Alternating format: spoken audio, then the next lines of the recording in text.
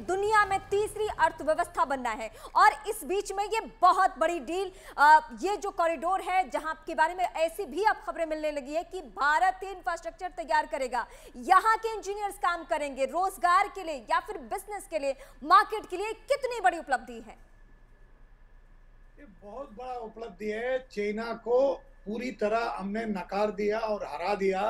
ये मैन्युफैक्चरिंग अब एक घंटे की तौर पे कह सकते हैं पूरा हिंदुस्तान शिफ्ट करेगा।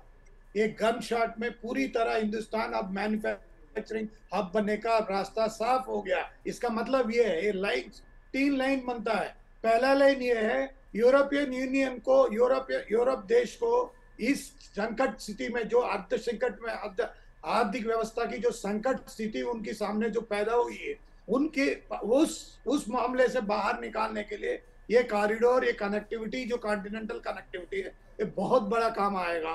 और दूसरा कनेक्टिविटी है, दूसरा उपलब्धि है सऊदी अरेबिया को, जो पहले से इस बात को इनकार कर रही थी, जो सऊदी अरेबिया को इस बात से उन्होंने हाँ में हाँ मिलवाया और मिडिल ईस्ट के साथ, पूरी मिडिल ईस्ट साथ खड़े हो गए। और तीसरी उपलब्धि है, इस पूरी निगरानी जो है अमेरिका कर रही है। अमेरिका को कभी भी, वो पूरा दुनिया में जब भी राज करता है वो अकेले राज नहीं करता है, उसके साथ एक नाटो करके एक दल होता था, लेकिन वो अब कमजोर पड़ गया। उसकी जगह पे हिंदुस्तान को उन्होंने रिप्लेस किया है।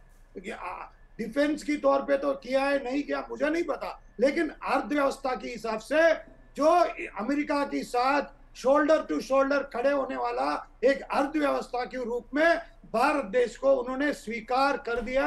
ये बिल्कुल बिल्कुल क्लियर है, क्योंकि मैन्युफैक्चरिंग अब तक हम सर्विस सेक्टर के अंदर जो हम भाषा की चल रहे थे, अब मैन्युफैक्चरिंग सेक्टर के अंदर हम ये कॉन्टिनेंटल कनेक्टिविटी के अंदर दो होता है, एक रेल का होता है, दूसरा समुद्रयान का होता है। ये रेल पोर्ट्स, रेल की रिलेटेड पोर्ट्स भी, ड्राई पोर्ट्स भी बनेंगे। ये पूरी मैन्युफैक्चरिंग हब जो है हिंदुस्तान का, एशिया का, इसमें बांग्लादेश को भी फायदा होगा, हिंदुस्तान को भी फायदा होगा, श्रीलंका को भी फायदा होगा, नेपाल को भी फायदा होगा, बर्मा को भी फायदा होगा, जितने भी एशियन कंट्रीज है, क्योंकि उनका मुल्क जो सेंट्रिक जो है, ये हिंदुस्तान सेंट्रिक है। एशिया में नंबर 1 कंट्री के रूप में हिंदुस्तान को लगभग उन्होंने घोषित कर दिया इस बात, क्योंकि ये प्रोजेक्ट ऐसी है, ये कॉन्टिनेंट, ये देशों का मिलाने वाला नहीं, कॉन्टिनेंट्स को मिलाने वाला प्रोजेक्ट है, वो भी बल्कि 3 कॉन्टिनेंटल, जो पूरा अर्थव्यवस्था इस तीनों कॉन्टिनेंटल पे बेस पे चलता है।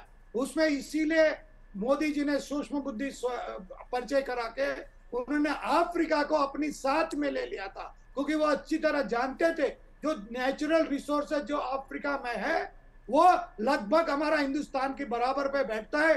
मैन्युफैक्चरिंग अब हम लोग नंबर 1 बनाने के लिए अफ्रीका की साथ चलना बहुत आवश्यक था। ये उन्होंने ये सूक्ष्म बुद्धि परिचय कराते उन्होंने अफ्रीका को भी G20 में शामिल कर दिया है।